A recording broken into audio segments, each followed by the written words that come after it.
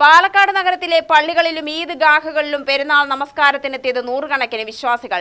പെരുന്നാൾ നമസ്കാരത്തിൽ പങ്കെടുത്തും വിശ്വാസികൾക്ക് പെരുന്നാൾ ആശംസകൾ നേർന്നും വോട്ടഭ്യർത്ഥിച്ചും സ്ഥാനാർത്ഥികൾ. അല്ലാഹു അക്ബർ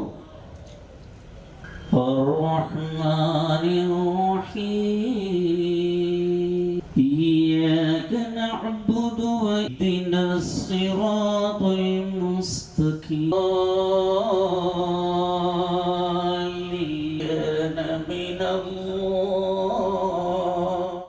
ഇസ്ലാം മത വിശ്വാസികൾ ആഹ്ലാദപൂർവ്വം ചെറിയ പെരുന്നാൾ ആഘോഷിച്ചപ്പോൾ പാലക്കാട് കോട്ട മൈതാനത്തൊരുക്കിയ ഈദ്ഗാഹിൽ പെരുന്നാൾ നമസ്കാരത്തിന് വലിയ തിരക്കാണ് അനുഭവപ്പെട്ടത്. പാലക്കാട് ടൗൺ ഈദ്ഗാഹ് കമ്മിറ്റിയാണ് പെരുന്നാൾ നമസ്കാരത്തിന് സജ്ജീകരണങ്ങൾ ഒരുക്കിയത്. അല്ലാഹു അക്ബർ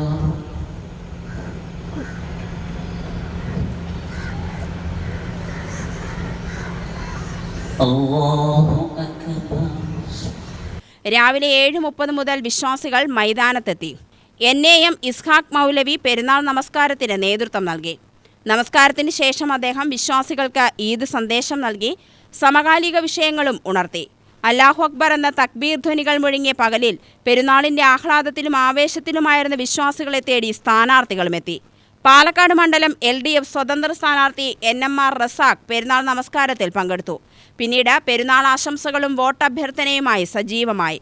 UDF സ്ഥാനാർത്ഥി രമേശ് പിഷാരടിയും ഈദ്ഗാഹിലെത്തി വിശ്വാസികൾക്ക് പെരുന്നാൾ ആശംസകൾ നേർന്നു. വോട്ടഭ്യർത്ഥിക്കുകയും ചെയ്തു. സ്ഥാനാർത്ഥിയെ പരിചയപ്പെടാനും ഒപ്പം നിന്ന് ഫോട്ടോ എടുക്കുവാനും ആളുകൾ ആവേശം കാണിച്ചു.